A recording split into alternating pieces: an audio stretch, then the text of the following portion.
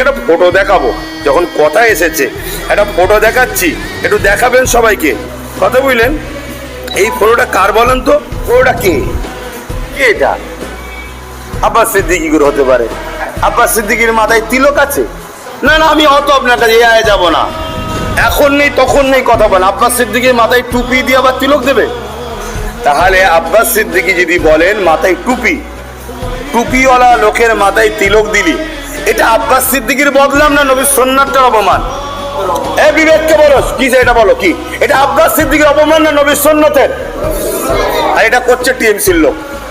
যদি বলেন কি করে বললেন টিএমসির লোক, প্রমাণ যদি চান আমি প্রমাণ দেবো। হ্যাঁ, তোমাদের বাড়ি বাঁকুড়ায়?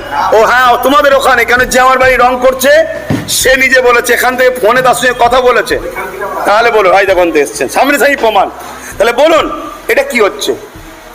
এই নিয়ে আমি কেস করতে যাবো ভাবছেন না?